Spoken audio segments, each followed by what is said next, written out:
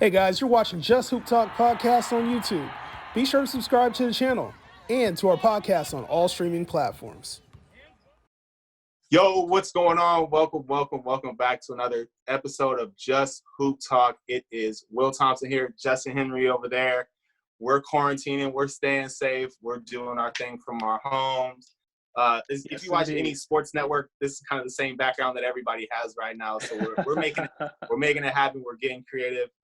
We're also just having fun talking about sports, and this is a little bit of like sports therapy for us. So we are going to continue our top 5 greatest players at each position. We're actually down to our last position today. We're going with point guards.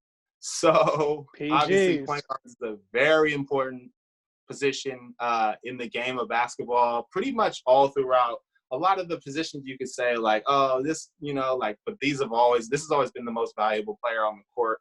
The quarterback of the team, in a way, the coach on the floor, like these guys are the generals, the guys running the show. There's been a few players recently who have kind of changed the role a little bit, but it's still super important, though. Obviously, it's still super important. So we'll go ahead and jump into our top 5. I'll start with my first 5, and then you'll go with yours. So I'll go with number 5. I have, and this is a weird one. This is a player that I've always liked. He's from Northern California. I actually heard about him when I was real young. Like, oh, this kid, that's Jason Kidd. Like, so it's my number 5 is Jason Kidd, man. He grew up not too far down the street in Oakland. Like, he had a legendary career. He had a really great career. Won some championships. Was a bigger guard. I just love the way I love his feel for the game, the way he saw the court, man. Like, I would watch some of his highlights, and I'm just like, yo, like, he was super underrated. Like, his just feel for running a team was kind of like, I don't know, man, it was unmatched, dude, especially in his era. I think he was one of the best in his era. Wasn't always on great teams, I think, was his biggest thing, wasn't always in the best situation. I don't know if he ever really played with another great player until he got to Dallas with Dirk and won a championship. One thing that I will bring up that I sometimes I hear people bring it up, but not a lot, is like he guarded LeBron in the NBA Finals a lot, bro, like a lot. And obviously he's not gigantic, he's 6'4", but he's a good defender, a solid defender. At that point in LeBron's career, he just kind of played off him and made him shoot. But he did a great job against LeBron in the NBA Finals. Like, so, hey, that puts you in the top 5 right there by itself. No, I love that, man. I love J. Kidd. Big J. Kidd fan. And I'm going to start this off by talking a little bit about what I value in a point guard, because I think that people value different things in point guards. You can see somebody as a scorer. If you consider Allen Iverson a point guard and you value him highly, that's because you appreciate his scoring and his ability to slash. Yep. I personally enjoy watching people who can facilitate an offense, lock down on defense. I think there's a lot of value in that, and being a floor general. And that's the number one attribute that I see in a point guard. And one player that I really enjoy watching in that aspect is CP3, Chris Paul. I think Chris Paul's my number 5 point guard overall. I think the what he's lacking obviously is a championship, but his assists, his knack on defense, his tenaciousness, man, and his ability as a floor general. I mean, you saw it when he was with the Clippers, the way that Lob City team was just it all flowed through him. And even in Houston when he was with Harden playing that D'Antoni ball, like he knew how to go from one end to the other, being a facilitator, being a scorer, playing defense, being off the ball. And even all the way back to his days in New Orleans, man, like Chris Paul is that player. I feel like no matter what team he's on, he makes that team immaculately better just because he is on the team. You can see that now with the Oklahoma City Thunder. And, Absolutely. I mean, he took that team. Nobody thought that – they thought they were sending him to the Wolves, man. They thought he was done. And he turned that team into a should-have-been playoff team, and it was specifically because of his presence. So, Chris Paul, I think the way that he gets into the paint, the way that he's able to create shots for others while still being a lockdown defender and getting his own shot. I mean, dude's a 20-point scorer in this league. I love Chris Paul's game, man. That's my number 5. Yeah, I love that. And you brought up a great point too. Like, when was the last time you saw Chris Paul not playing in the playoffs? Like, I honestly don't remember. That dude wins. He took that Oklahoma City team with nobody on it, to what would have like easily been a playoff team this year. Mm-hmm. And I'm a big fan of Chris Paul. I think the one thing that kind of holds him back is like his likability amongst his teammates. Like he tends to rub, but he's a pusher, you know, like you can tell he's the type of guy who's going to push you and get the most out of you.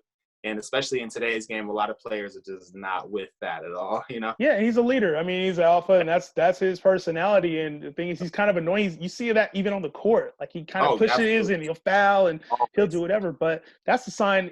The only thing is, he's typically not the best player, like best athlete, star player on the team. He's normally the number 2, but he has the number 1 mentality.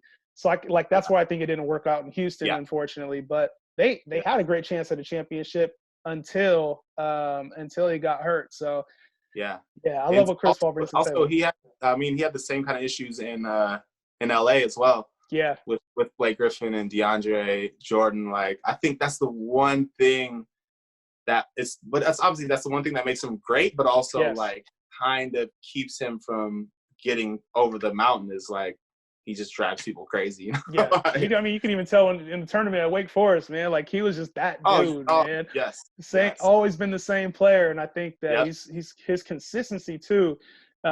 Just what you're getting from Chris Paul on a night in, night out basis, man.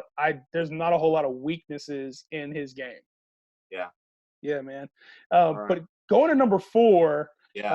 Actually, J. Kidd is my number 4. Oh, okay. So, and I talked about that facilitator, running offense, being a floor general, and Jason Kidd is that player. At 6'4", he was a great rebounder, great passer, wasn't necessarily a top scorer, but could get a shot off, especially later in his career. And you saw a lot of what he did, even with that Nets team. He turned that Nets team really into a championship team when he got traded there. And he turned Vince Carter into, like, Vince Carter was known as a dunker in Toronto, kind of really took his career to the next level. You saw what he did with Richard Jefferson, man.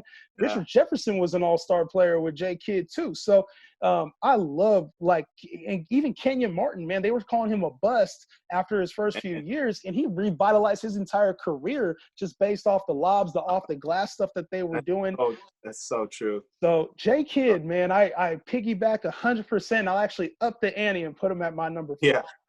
Yeah, I think his ability as a defender too is so super underrated. You touched on that LeBron thing. His ability as a defender, he was locked down. A lot of similarities to what they say about Lonzo now. J. Kidd was that before. Yeah, I think I love that point that you brought up about him, because that's something that doesn't get talked a lot about. So you talk about LeBron kind of dragging bad teams to like championships in the Eastern Conference. Jason Kidd did that for a lot of years, bro. Those were not good teams. I was watching them against the Spurs and them against the Lakers. I was watching some old games, and I'm like, how was this team in the NBA Finals, bro? like these are just not good teams. But Jason Kidd was elite, man. He was elite for sure. Even in Phoenix, who was it in Phoenix? They had him, and they were running a 2-point guard set. I can't remember who the other point guard was. They were running 2-point guard set. And I'll probably think of it by the time this thing's over, but I'll let you get to your number 4, man. Yeah, so I got my number 4. This was tough. My 3 and 4, I had them fly back and forth, but I'm going to go with number 4. I'm going with John Stockton. Okay. John Stockton was one of my – I mean, like, I hated John Stockton, watching John Stockton like for a long time in his career. Like, but this is a player that I had to kind of go back and watch a lot of like his old highlights, and then hear a lot of other players talk about him. Yes. When you hear other players talk highly of a guy, that's when you know like that dude was real. One thing that a lot of people talk about is like, because obviously the assists were there, the numbers were crazy playing with the Karl Malone, like getting to multiple championships. They were in the Western Conference Finals like every year in the 90s. But a lot of people talked about how strong he was, and like as a defender and like getting past people and using his body, like he was really strong. Obviously I don't know if I think he's the all-time assist leader, right? Yes, he is by like 10,000 assists. Yeah, by a lot. Yeah. So obviously he has that court vision and he has a great feel for the game, but too, like just being an unathletic white dude that's like maybe 6 foot, but obviously was strong and was just crafty, man. You have to respect that. And he's a dude that all he did was win, man. Like Yes. they won a lot of games. Like they were one of those teams that just won 50 games every year, dude. Like the Spurs before the Spurs. Yeah, very much so. And it, like they continue to win, like even into the early 2000s. Like like on the low, like they won for a very long time. So I got to give respect to that dude for sure. So my number 3 is Isiah Thomas. So, yeah, man. Yeah. It is gritty. Talk about, I think when you look at Isiah Thomas, you look at Chris Paul with 2 championships, honestly. Like another player who other players just did not like, bro, at all. Yeah. Because he was, like you said, he was gritty. He was the type of dude that would fight anybody at any time, anywhere on the court, and he did it multiple times. But was a winner for sure. Like was always a winner. He was a good scorer too. I think he was one of the first like guards that was like really looking to score a lot, like as a point guard. You didn't see that a lot early especially in those days in the NBA. He was looking to score a lot. He was another guy who was super undersized, but was really scrappy and always got it done. Great defender on those great bad boy teams, won back-to-back championships. Not a lot of people can say they won back-to-back NBA championships. So he's got that. It's somebody that I really like and respect, and I got to put him up there. Man, I like Isiah Thomas. And when you mentioned Chris Paul comparisons, I think that's the perfect player to compare him to. Gritty. I remember the one game that always sticks out with Isiah Thomas is the game he had his leg wrapped, came in there and still got buckets, man, and led his team to a win. Where I didn't see a lot of Isiah Thomas was outside of like that prime area, the late 80s. I didn't feel like he had I felt like he didn't win a whole lot, man. I think that he was surrounded by such a great team, Dumars, Rodman, Lambeer, Aguirre. Like he just had so much of Vinny Johnson. Like he had so much talent on those teams, man, that Chuck Daly was coaching. Like it's almost like they had to be the elite there. So I think the reason why I have Chris Paul higher is we haven't seen Chris Paul on a team really like that outside of the Clippers. And I mean, their runs were pretty similar outside of getting to the championship. Yeah, it's actually winning. But Isiah Thomas, man, I love what he brought to the game. I think he was never like the best player at the time, and so But I respect you putting him at number 3. He's not even on my list, to be honest. Yeah. I think him playing hurt, like we saw that so much with him in his career. Like he played through so many injuries. Like it looked like his ankle was like broken. Like he was hopping around and he was still playing. And they went on some deep playoff runs, some battles with the Lakers, some battles with the Celtics. And I think once Jordan came in, kind of took things over, I think it was just a wrap for Isiah at that point. Like what could you really – I think that happened to a lot of people in their careers. Like Jordan came in, took things over, and a lot of people just kind of like – they just faded away, and we forget a lot of their accomplishments because it wasn't there, the door was shut.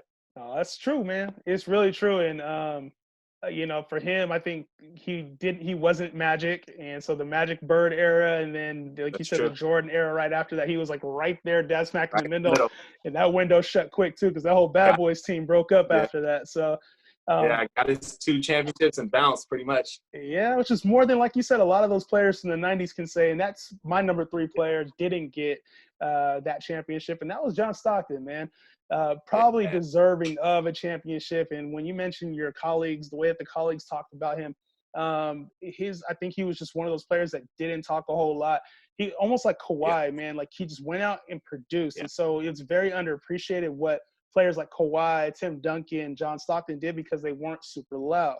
But when you're the all-time assist leader, the all-time steals leader, I think dude had like 4 or 5 games with over 25 assists in a game. Like it's crazy numbers, man. And the one thing that people forget is that he was also like a dead-eye shooter. Dude didn't miss at the free throw line. He was one of the top 3-point shooters in the league. Like John Stockton had the whole package, and he wasn't looking to score. He basically was like a condensed version of Steve Nash with defense. Like he was just that point guard. And so when you mentioned floor general or like pushing the pace and like being able to facilitate, John Stockton, man, for me, and the elite defensiveness too, like that's why I got him at my number 3. Yeah, it's funny that you brought up him kind of being like they're not having that huge personality. I'll never forget that video of him walking around Barcelona during the '92 Olympics. Yeah, walking around, he has the shirt on with the dream team on it, and he's walking around the city talking to people, and people have no idea who he is, dude. Hey, we gotta run that. If we can run that during this video, I want to run that clip, we man. Find that that's such a great like video because he's walking around with the shirt with himself. He's on the shirt because he's on the team, and he's talking to people, and they're talking to him, and they're talking about the dream team and how great the dream team is, and he's standing right in front of them, and he's on the shirt, and people just never made that connection. It's pretty fun. Well, dude, and he's not 6'6" black dude with hops, man, but he's just a gritty. I know how to play the game of basketball. That Hoosier style. Looks like someone's dad, like out there on the court. Like, whose dad is that? And I think he also got the bat and the stick being in Utah because nobody liked the Utah Jazz. Nobody liked like that culture. And it's almost like that was its own little bubble of like, you're not really basketball. You're just like fundamental basketball. You're not really good. They just put you on a pedestal because you're Utah and you're white. It wasn't like he got the respect as a basketball player. And I think that's what a lot of white players have to go through is that they don't get the respect because they're not black players. So John Stockton, man, I think that I like his game, man. I've respected him more over the past few years than I have before. And so get to number 2. This is where it starts to get interesting. Here we go. My number 2, Steph Curry. Woo-hoo! Steph Curry, number 2 all-time point guard. And I know I mentioned being a facilitator as like one of the top traits in a defender, which I think he's not a facilitator. I think he's not a great defender.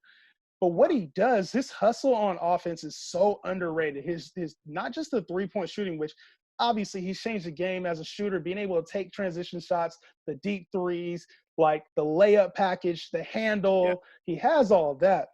But just his non-quit on offense, his ability to get open and take advantage of the slightest window and overcoming a lot of those injuries early on in his career to become a 3-time champion is what I respect about him, man. And he's changing the record books. The three-pointers won't be matched for a very long time. I think we may have some players that come close, but he has completely changed the game of basketball, and it's been specifically his shot, his arm, that has done so. Yeah, man. I mean, I'll go ahead and spill the beans. I have him at number 2 as well. Okay.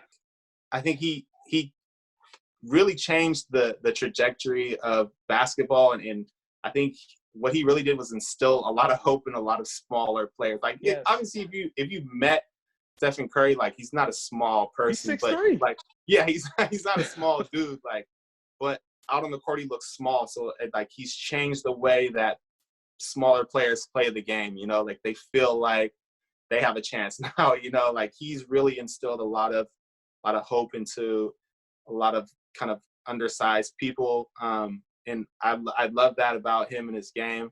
I mean, what can you really say? Obviously multiple championships, a great shooter, not the best defender.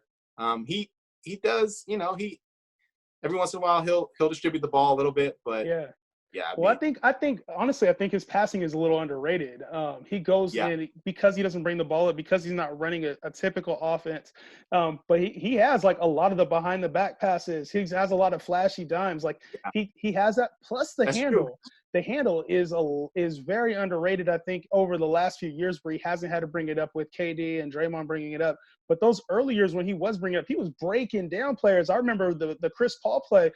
Double behind the back dribble, broke him down. And then even later, I think it was either earlier or later in that season where he went like he did that circle at the top of the court, at the top of the key, and like he just went through and still got a shot off. I don't know how he did it, but he's kind of a wizard with the basketball, man. I love Steph Curry's game, dude.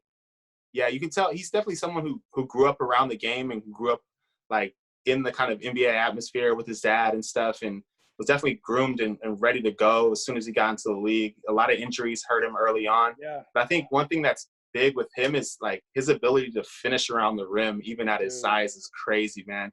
Because like obviously people are up on him because he can shoot, so he's able to get by guys. And like he can finish in the trees kind of with that floater, like kind of in the same realm of like a Kyrie Irving. Like you don't know how these dudes are doing it, but they're finishing at the rim. So Yes. definitely an underrated aspect of his game.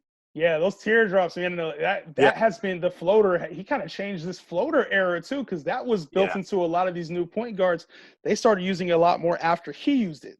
Yeah. And that deep three, man, has become a problem in today's game. It's and I mean that in a good way. It's you have to step out and guard that now, because there was even the time where he was coming down hitting half court shots. And then I even think back to the game winner, really what defined him in that MVP season, that game against OKC, just clutch threes from deep. Man, I mean, it really changes how you have to guard out on the perimeter, man. You see, Lillard kind of hit a shot like that to close out against OKC a couple years ago. But, dude, Steph Curry, man, my number 2, your number 2, I think for good reason, man. Yeah. So, number 1, are we sitting on the same player for number 1 too? I mean, I'm assuming we are. I'm going with Magic Johnson, obviously, as number 1. I think when you look at just somebody who could do it all, the size was there, which was crazy to think about. Like thinking about like somebody like Ben Simmons' size, right? Like, but early on in his career was probably one of the fastest players on the court. It had just a crazy feel for the game. Like, you look back at some of the passes that he was doing were just unreal. And like him and that Showtime Lakers team really changed the game and really sped up the pace of the NBA and made it watchable for TV, because like that's one of the things that people don't realize. Before the Lakers and even with Bird, like the NBA wasn't being played at prime time. It was like on tape delay being played later in the like night and stuff. So Magic and like his style of play, that flashy get up and down the court, finishing, throwing dimes over his shoulder between the legs, like all that type of stuff. That really brought the NBA kind of to like a prime time. It put it up on a stage where it is now, So that's a super underrated aspect of his career. But I also think like just him as a leader was like really the biggest like probably attribute of him was just his ability to lead a team. And I think, he ended up with 5 championships, if I'm not mistaken. I thought it was 4 in the 90s. It may have been 5. 4. I think it was 4. He went to 5 because I think they lost to the Bulls. That first one. Yeah, but, so dude, the Magic, man, and I don't know, you want to fact check that one way or the other. But Magic, dude, I think his ability when you talk about floor general, that's what it is. And I think at his height, his ability, he can guard whoever, he can play whatever. We've seen him in the NBA Finals make one of the most clutch shots in NBA Finals, playing out of position to win it. So he played at center. Wasn't he a rookie that year too? And Kareem got hurt, man. He came in and hit it. Like, it's unreal what he was able to do. And I think just the flashiness and just his ability, he was like Pistol Pete in a different body, like in a 6'9", 230 body. But he was quick too, like you mentioned, man. He was a fast player on the court, and he pushed that Showtime era, man. And they really built that team around him with some of the weapons that they had. And it's crazy to see what that ended up turning out to be. And you can only imagine if his career would have been able to finish, which it wasn't due to the AIDS that he got. And, but I think that we missed out probably on some great, more Jordan Magic moments too that we didn't get to see, man. But Magic Johnson at number 1, man, it doesn't surprise you had him there. And I think if we would have got to see a little bit more extended, there probably would have been even more that GOAT point guard stability. Like, I don't think anybody touches that. Steph Curry might be pushing that, but I don't know if anybody touches it. Yeah, I think just the fact that he is truly a point guard kind of puts him at number 1. You know what I mean? I think we got to bring up too, like, because I think people are going to be like, "Oh, what about Russell Westbrook?" Got to bring him up, man. Like, they're going to say Oscar Robinson first. They're going to be like, "Where's Oscar?" Talk Where's about Oscar? Two players with like incredible numbers. But I think, I'm not super. I think when you talked about it a little bit in the beginning, like, what are we looking for in this point guard kind of mold? And it's not necessarily just getting a bunch of crazy numbers. It's being a leader, being a winner, being a floor general. Those are the kind of things that we're looking for with the point guard. And I think obviously Russell can score and he does a lot of great things on the court. Right. But I don't have him in that top 5. And Oscar Robinson, I never saw him play. Like, I don't even know who he was playing against, honestly. Like, so it's hard to put him in the top 5, you know? Well, at first, Oscar Robinson he was the first to average a triple-double in a season. Yeah. And I think there was another time where he almost did it. He was like a couple points of an assist shy of doing it again. But he got a championship. But what I see in Russell that we didn't actually get to visually see with Oscar Robinson is his impact on the game. And where I think Russell is criminally underrated as a player is the fact that everybody thinks, because he doesn't do it at the end, he always makes the boneheaded play at the end. Unfortunately, that's part of his game and being wild. Yeah. But that tenaciousness, that is what drove that OKC early success. That's what's driving a lot of this new small ball Houston era, because he's able to play so big at 6'3". Like, he plays like a big 6'6" guard. And I mean, he gets up there with the best. He plays through injuries when he can. I'm not a huge fan of like Russell's overall impact ability to win a championship. But, dude, I love his energy on the floor and the way that dude plays with Russell, man. He's hard to match energy-wise on the court. Yeah, I think he's one of the, like, players that you look at, like, he's almost like a football player in that sense. Like, looks like he's going absolutely crazy the entire time. Like, I got the opportunity. I was taking photos at a game, and I watched him kind of warm up, and he warms up like he's, like, playing, you know? And then he does this thing where he gets, like, super hype, and he just runs full speed he finishes warm-up and runs full speed from the court down the tunnel into the locker room. And like, I was kind of like standing like in between him and the tunnel, and I was like, "No, like, what is he doing?" Like, but even like, you know, when he's getting ready to play, like, he's just so hyped, and like, he keeps that energy the entire game. And unfortunately, that leads to like some crazy plays at the end of the game sometimes, you know? Crazy plays, crazy interactions with fans too, crazy interactions with teammates. Like, he's just such an intense player on the court. And who do you got, him or Oscar Robinson? Who would you take? Ooh, right now I'll put Oscar Robinson just because of the championship.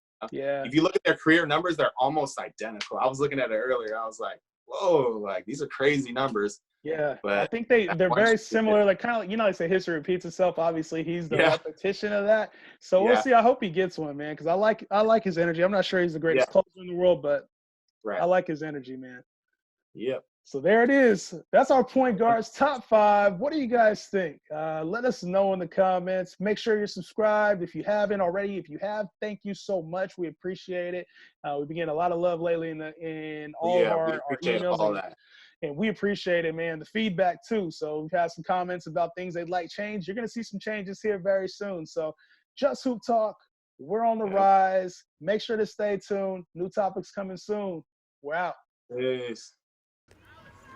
For more NBA, college, and hoops coverage, be sure to subscribe to Just Hoop Talk podcast on YouTube and all streaming platforms.